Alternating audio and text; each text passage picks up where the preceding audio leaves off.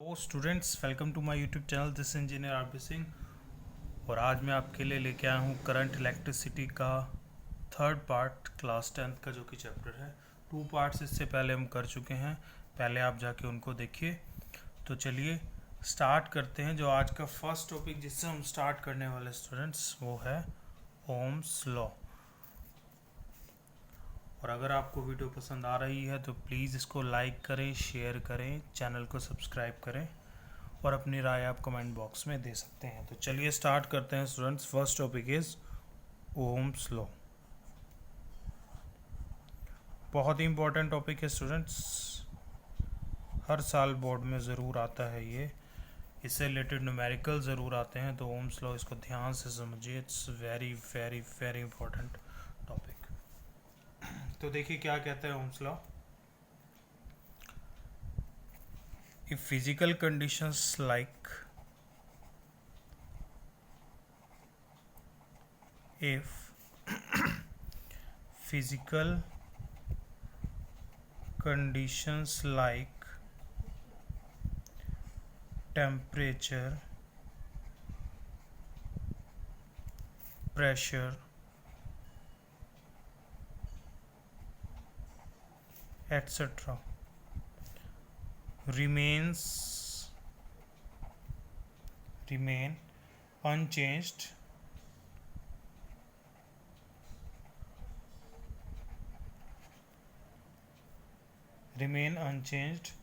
then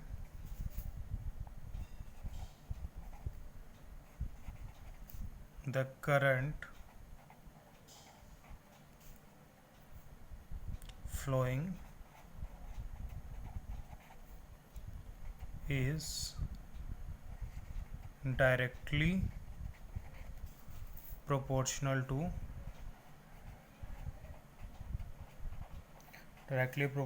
the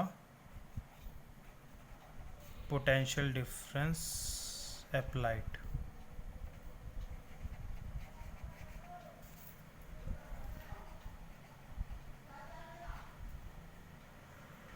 देखिए students क्या कहता है ओम्स लॉ। फिजिकल कंडीशंस जितनी भी हैं, टेम्परेचर, प्रेशर, इस तरह की जितनी भी कंडीशंस है वो आपको कांस्टेंट रखनी है, उनको घटाना बढ़ाना नहीं है। अगर वो कांस्टेंट रहेगी तो आपका ओम्स लॉ अप्लाई होगा, अदरवाइज नहीं। ये जो लाइन है ना, ये कई स्टूडेंट्स इसको इग्नोर करते हैं, but it's very important. Physical conditions like temperature, pressure etcetera remain unchanged, then the current flowing is directly proportional to the potential difference applied.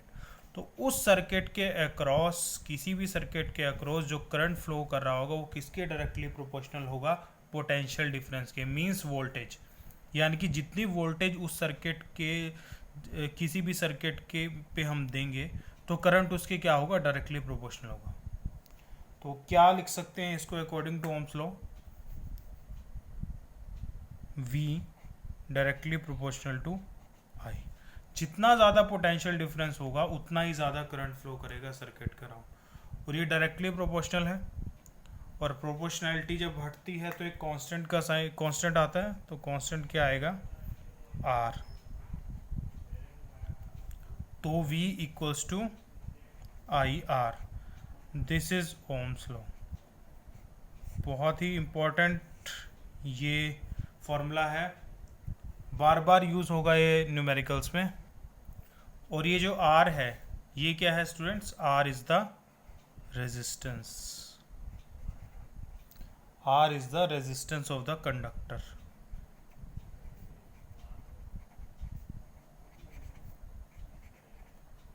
Conductor की रेजिस्टेंस क्या है? R। तो रेजिस्टेंस थोड़ा सा देख लेते हैं, रेजिस्टेंस को डिटेल में डिस्कस करेंगे आगे। देखते हैं what is resistance. Students, resistance क्या होता है? Resistance is obstruction to the flow of current. यानी कि जो करंट फ्लो कर रहा है वो, रेजिस्टेंस का काम क्या होता है? उस करंट को ऑब्स्ट्रक्ट करना, कम करना। That is the main purpose of resistor. Resistor device होता है एंड रेजिस्टेंस उसकी प्रॉपर्टी होती है, और उसका सिंबल होता है ये, दिस इज रेजिस्टेंस। यहाँ से करंट फ्लो कर रहा है कुछ, अगर मैंने रेजिस्टेंस लगा दी है तो इस सर्किट में जो करंट होगा वो कम फ्लो करने लगेगा। ये काम होता है रेजिस्टेंस का। रेजिस्टेंस को प्रॉपर्ली हम और आगे देखेंगे। फिलहाल हम वापस आते हैं ओम्स लॉ के ऊपर। एक ग्राफ बनता है वी और आई के बीच में, डायरेक्टली प्रोपोर्शनल है, ये भी मैं आपको बता देता हूँ। ये भी कई बार पूछा जाता है 1 मार्क में। सपोज कीजिए this is V, this is I, और ग्राफ बनेगा इस तरह से डायरेक्टली प्रोपोर्शनल, यानी कि v जैसे जैसे बढ़ेगा i भी कॉन्स्टेंटली इंक्रीज होगा। This is the graph of Ohm's law, और ये है रेजिस्टेंस का सिंबल। तो चलिए इसको थोड़ा सा देखते हैं, इसका सेटअप किस तरह से होता है। जब भी हम ओम्स लॉ को वेरीफाई करते हैं तो किस तरह से करते हैं, तो सेटअप देखते हैं। This is battery, this is positive terminal of the battery and this is negative terminal of the battery, and this is rheostat। rheostat क्या होता है students? rheostat means variable resistance। ये वेरिएबल रेजिस्टर होता है जिसकी resistance को हम कम ज़्यादा कर सकते हैं। यहाँ से इसको इधर उधर करके इसको पॉइंट को we can vary the resistance. तो ये वेरिएबल रेजिस्टेंस होता है जिसको कि रियोस्टेट बोलते हैं। आगे क्या है इसमें सर्किट में मेरे पास? दिस इज़ की, ऑन ऑफ करने के लिए दिस इज़ द की। उसके अलावा क्या चाहिए मुझे? Ammeter, this is ammeter. And what is ammeter? Ammeter क्या करता है students? This is ammeter. Ammeter measures the current, current को मेजर करता है कि कितना करंट फ्लो कर रहा है सर्किट में। तो एमीटर का ये काम है। आगे अगर इसको बनाएं देन वी विल हैव इस तरह से यहाँ से रेजिस्टेंस, ये fixed resistance, this is fixed resistance R and this is rheostat variable resistance R H. और एक बात और स्टूडेंट्स, ये जो एमीटर होता है ये हमेशा सीरीज़ में कनेक्ट होता है सर्किट के। ये सीरीज़ में, सीरीज़ पैरेलल क्या होगा इस बारे में भी डिस्कस करेंगे हम आगे। और ये जो वोल्ट मीटर होता है ये हमेशा पैरेलली कनेक्ट होता है इस तरह से। This is volt meter. Volt meter क्या मेजर करता है? It measures the potential difference और वोल्टेज यू कैन से। तो ये सर्किट हमारा हो गया। अब करंट कहाँ से कहाँ फ्लो करेगा स्टूडेंट्स? प्रीवियस लेक्चर में हमने डिस्कस किया था कि current flows from positive to negative terminal of the battery. तो यही मान के चलेंगे हम कि ड्यू टू इलेक्ट्रॉन जो है वो करंट फ्लो कर रहा है, पॉजिटिव से नेगेटिव करंट फ्लो करेगा। पॉजिटिव टर्मिनल बैटरी का इस तरह से यहाँ से, और ये आगे this is the flow of electric current. तो देखिए क्या होगा जब हम की ऑन करेंगे स्टूडेंट, इसमें की क्लोज करेंगे और रियोस्टेट को क्या करेंगे, इसकी रेजिस्टेंस को वेरी करेंगे, तो होगा क्या? रेजिस्टेंस वेरी करने से कुछ वोल्टेज आएगी, वोल्ट मीटर हमें कुछ वोल्टेज दिखाएगा, और उस वोल्ट मीटर के कोरस्पॉन्डिंग एक करंट की वैल्यू आएगी जो कि हमें कौन शो करेगा? एमीटर। वोल्ट मीटर और एमीटर को लेके मैं अलग से एक सेपरेट वीडियो बना दूंगा। फिलहाल आपको यही इतना ही ध्यान रखना है, volt meter will measure the voltage and ammeter will measure the current. तो वोल्ट मीटर और एमीटर, वोल्ट मीटर में जो भी वोल्टेज में चेंज आएगा तो उसके कोरस्पॉन्डिंग करंट में भी कुछ ना कुछ चेंज आएगा। सपोज कीजिए, एग्जांपल लेते हैं, सपोज अगर आपने वोल्टेज दी है, सपोज कीजिए आपने वोल्टेज दी है 8 वोल्ट, करंट की जो रीडिंग बता रहा है एमीटर डेट इज 4 एम्पेयर। उसके बाद आपने रियोस्टेट को वेरी किया, सपोज कीजिए वोल्टेज हो गई 4 वोल्ट, करंट ने इसने एमीटर ने कितनी रीडिंग दी? Suppose 2 ampere. रियोस्टेट को आपने फिर वेरी किया, सपोज कीजिए वोल्टेज हो गई 16 वोल्ट, और करंट कितना आया, सपोज एमीटर कितना रीडिंग दे रहा है 8 एम्पेयर। तो अगर मैं इसकी रेशियो निकालूं V upon I, this is V and this is I, this is current and this is voltage, तो V अपॉन आई इस केस में कितना आएगा 8/4 and that will be equals to 2। Similarly in this case 4/2 that will also be equal to 2 and this case also it will be equals to 2।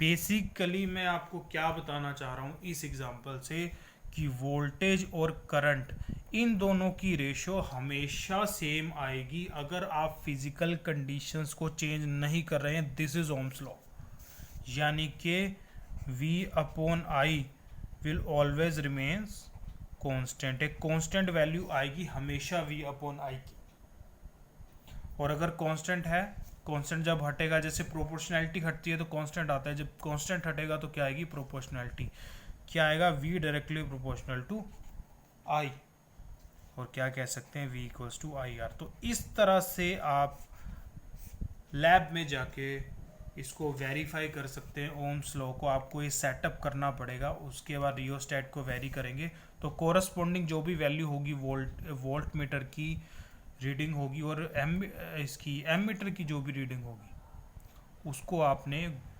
Plot करके देखना है graph में, और जो ग्राफ आएगा वो आपका बिल्कुल ऐसे आना चाहिए स्ट्रेट लाइन, और जो रेशियो आएगी दोनों की वो कांस्टेंट आएगी। So this is Ohm's law students. तो यहाँ से स्टूडेंट्स रेजिस्टेंस की एक डेफिनेशन भी बन सकती है, एक फॉर्मूला बनेगा रेजिस्टेंस का, resistance equals to potential difference upon current. तो हम रेजिस्टेंस को इससे डिफाइन कर सकते हैं। तो what will be the definition of resistance according to this. चलिए बात करते हैं अब रेजिस्टेंस की डेफिनेशन की। What is resistance? Obstruction to the flow of current तो है ही रेजिस्टेंस, उसके अलावा कैसे डिफाइन कर सकते हैं रेजिस्टेंस को? It is the ratio of it is the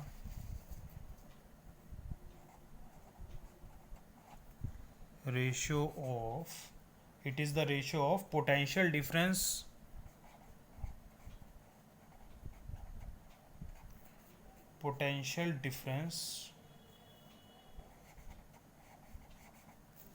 applied to the strength of current, to the strength of current flowing through a conductor।